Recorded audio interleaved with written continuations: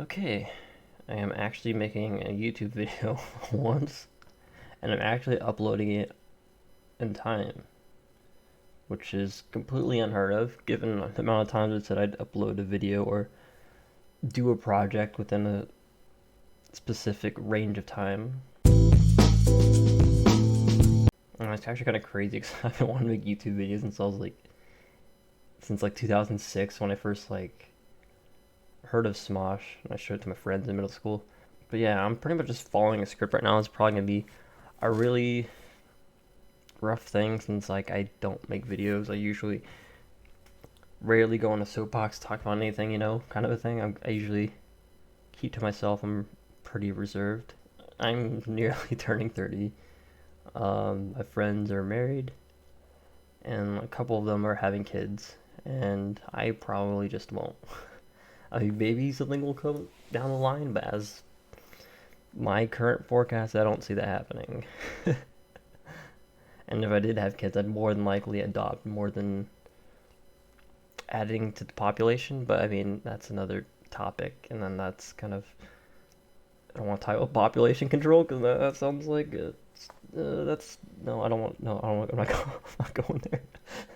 However, there's something that I have been thinking about is not necessarily being like a dad or something like that, but I like to be like a role model, in some sense, like some sort of positive influence on the world and have people learn from the mistakes I've made growing up, either a decade ago or or further while, or something relatively recent. I think this video is been more targeted more towards people in the middle of high school or later, or even up to my age. It's I feel in my life I have had an interesting character arc and maybe not as interesting of a story arc, but I don't know. We'll see. I'll go back to that later. I would like to talk about a story. There was a Prince of Persia game called Prince of Persia: The Two Thrones. There's a point in the story where you're finding this humanoid demon that has this undefined black aura, kind of like a, if you look at the characters Venom or Spawn, how they look in terms of appearance, they kind of look like that, kind of like I wouldn't say necessarily as gooey and formless, but or maybe formless, but never mind. It doesn't matter. I'll put up a picture. You'll see what it looks like. But pretty much, you're chasing this thing, and you reach a lot of points in the game, in the story, where it nearly kills you, or it looks like it's trying to attack you. So there's points where it throws an axe at you, you barely dodge it. It closes off a doorway, so you have to take more time to go to where you want to go. And eventually you reach a point in the game where you go through a transformation. You end up finding out that you are that monster. And then you go back to those events where it looks like you're about to kill him, but you're actually saving because you're throwing an axe to kill someone behind him that you didn't notice. You're closing the path because somewhere in front of you was going to kill you if you just went through and stuff like that. And I feel like that's a very interesting analogy for adulthood because sometimes there's a lot of things in adulthood where it's they're going to happen, but you don't know what's going to happen to you. It's really hard to explain, but it's once you get to a certain age, you just kind of understand it. And fun fact, actually, that's also the last Prince of Persia game that has had an IMDb score above 8. Now let's start at this website. I don't know how relevant it is anymore, but it's called deviantart.com. When I was in middle school, I've had a crush on this girl, and I had no clue where to begin to even talk to her or whatever. And I was a big introverted recluse. I was I expressed very little emotion, and I would go online and I would look up, okay, how do you talk to girls? How do I know a girl likes me? how to get a girl to like me. When you're a little kid on the internet, you kind of like just look up those things. And like I never really talked to friends about it. I was like incredibly, I had like no confidence in it. And at some point, I went on DeviantArt and I actually started messaging people.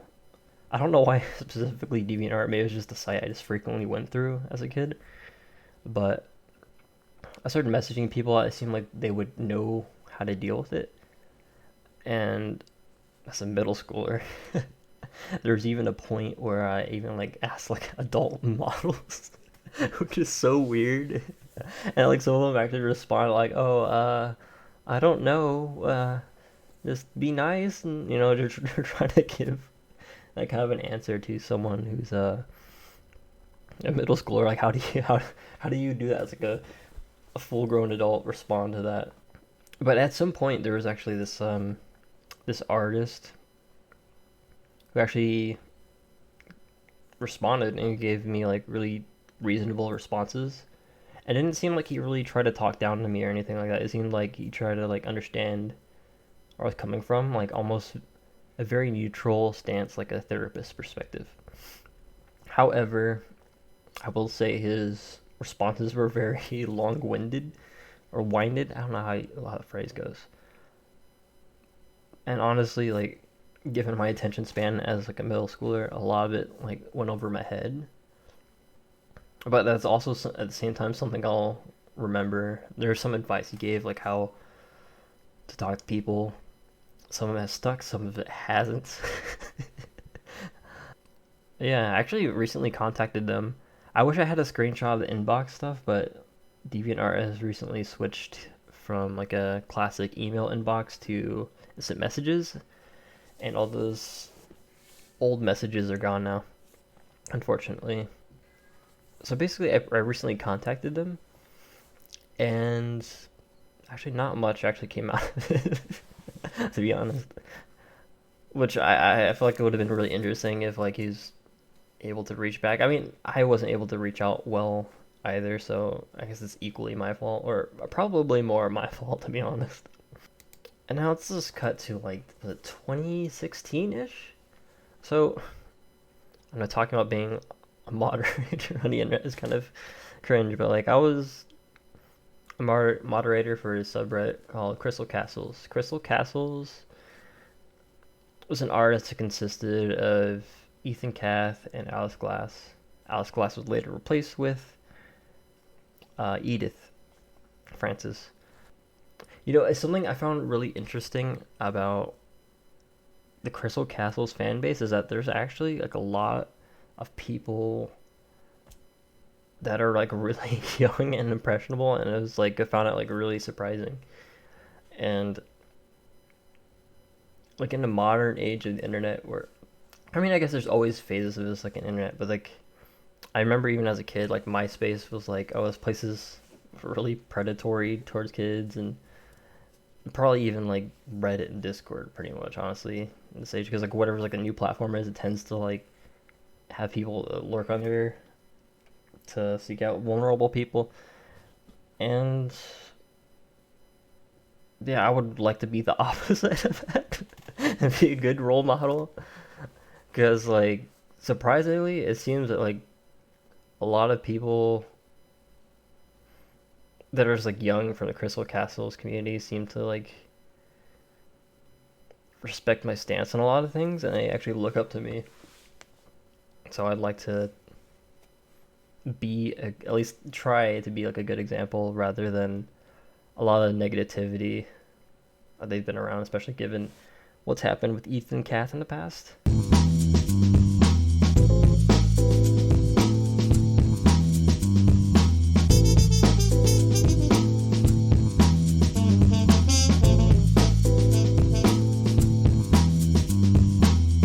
Now here's like a hot take.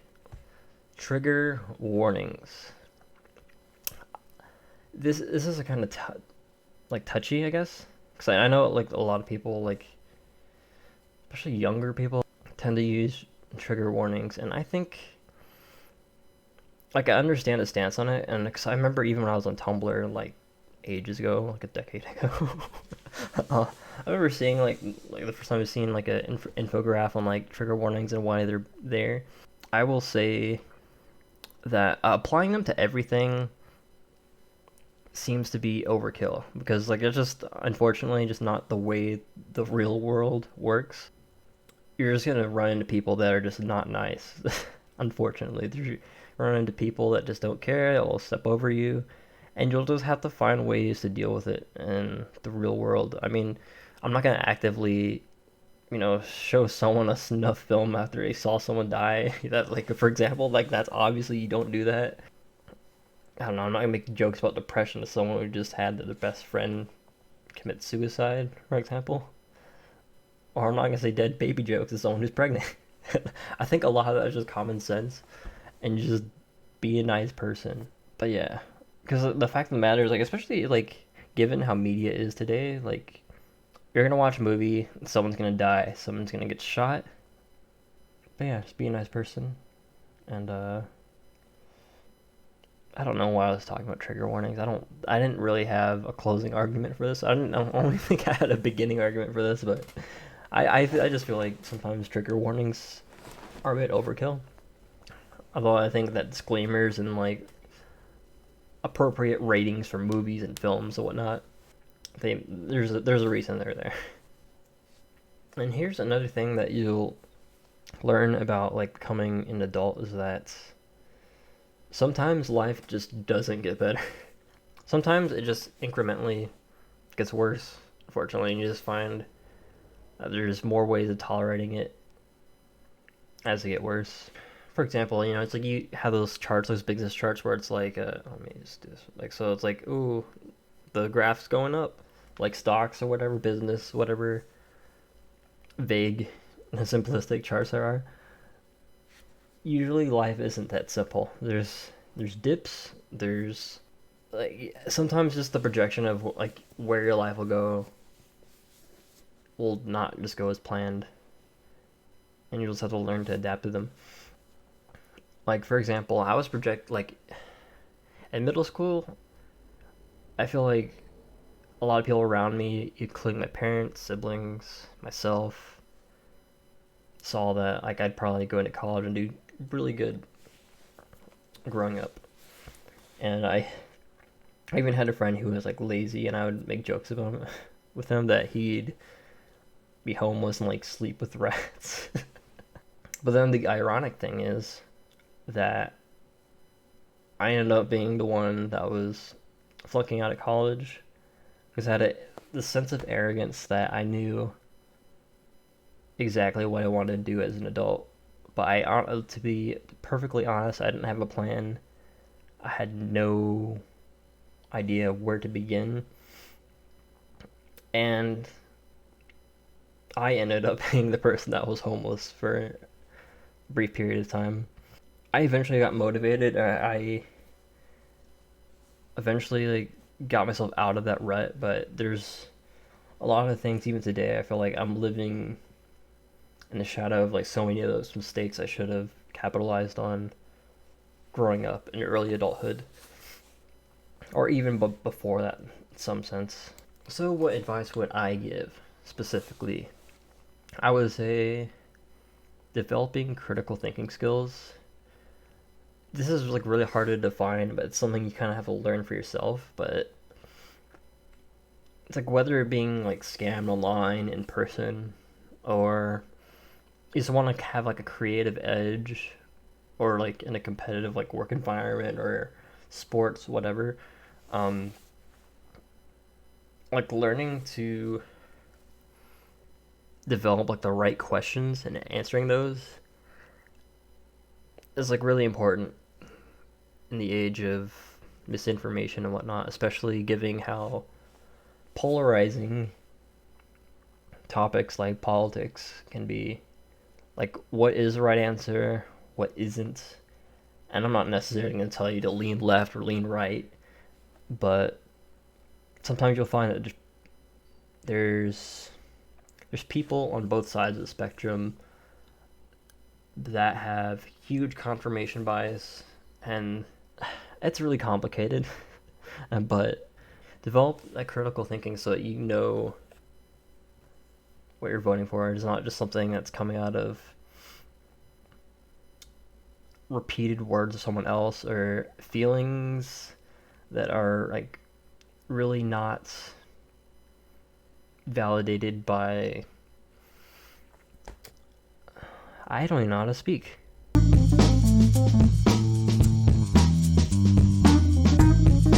Another thing I will say is try not to burn bridges. Like, say, for example, your family, like, even if you argue with someone in your family so much, you'll find that you may be in a situation where you might need them. Or even not even just in that much of a pragmatic standpoint where they're just like family, right? Like, sometimes, like, it takes, like, a tragedy to see, like, you don't know what you have until it's gone kind of a thing. Like, for example, like, say, like, I don't know if you have like family members that are abusive or whatever, and that's something I really can't define, and I don't think I really have the ground to talk about. But let's just say someone you argue with a lot, like, dies, and you go to their funeral. Like, what would that be like? Would you like be sad and you'd be crying and remembering all these things you've done with them, or would you like be laughing and stomping on the grave? I doubt that's what you're gonna be doing, right? Like, I feel like in most cases you're probably thinking like, I wish I would have told him this thing, or if I had like one more day with him. And in the history, in my history, I've have a record of leaving bad impressions on people who have passed. Um, like, for example, the first girl we saw in my area, um, I remember like the last thing I texted her was that she's boring now. And it was just, it came out of nowhere because she didn't know my number, and I just said that, like, I started a random conversation and just said she's boring. And some months later, or like a year later, I don't remember the time frame, but I ended up finding out she died in a car crash. And I wish I could have left a better impression than what I did. Another thing in pertaining to not burning bridges with people, or severing relationships, or starting beef with people, right, is that you'll find yourself working with people you thought you'd never get along with in high school. At least in my experience. Maybe you're really nice in high school, which is really good to have. And it's going to be like in any field, whether you're like a beginner job, like a cashier, but there's like a basic entry level job, to even becoming like something professional, like you're a professional full-time Twitch streamer with like the platform Twitch, for example, people you collaborate with, or even if you're like an actor, or like under the roof of a director with harsh work times, or even if you're a musician, having arguments with your own bandmates, producers, and also talking about being lucky with a job like that, you also have to accept that you aren't always going to make it to your dream job, unfortunately. Okay, let's just put this as an example. Let's say you want to be a musician. There are 7 billion people in the world. How many of those people want to be professional musicians? And how many of those people have money? Have people have connections directly in the industry? Have more friends, unfortunately? That has like a big pull.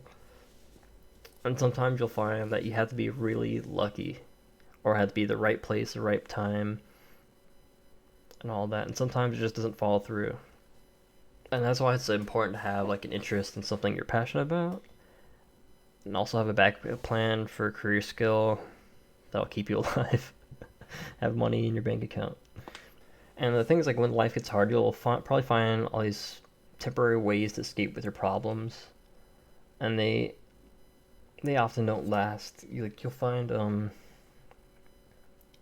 like, if you look at drugs, for example, there's people who end up on extreme drugs like heroin, and people like wonder how they get there, and then that's kind of how they end up like Let me play video games for X amount of hours. I'm like, this is boring. Let me play this drunk. That makes it fun, right? And at some point, it's like, let me experiment with this stuff. I'm feeling alone. And then it gradually builds up to something like that. I mean, I wouldn't say like, as you're an adult, it's fine to, play games and drink a little, have fun or whatever. But I'm just saying, like, in the long term, like, just trying to find temporary escapes for things. Like, at some point, something's gonna give, and your life isn't gonna get better just from constantly finding escapes. There's a saying that you work smarter, not harder. I agree with that. However, you still have to work hard a majority of the time. Sometimes you'll get lucky, but in my case, with no parents and being or feeling like I'm Atlas of my household, it's not always easy. That's why it's always important to stay motivated, have a plan, and commit to it, and to also monitor your time. Because sometimes I know people who say they don't have enough time to do X, Y, Z. Like, say I don't have enough time to cook, right? I feel like a lot of those people, if you look at your you look at your schedule, right? You actually look at what you do hour by hour, or within certain time increments, whatever. You'll find that you'll be doing something a few hours or several hours more than you should, probably. Like, I'm guilty of it too. Like, sometimes I'll be on YouTube for like 3, 4 hours when I probably should have spent like an hour. And then I could have used like 2 of those hours to like cook and clean.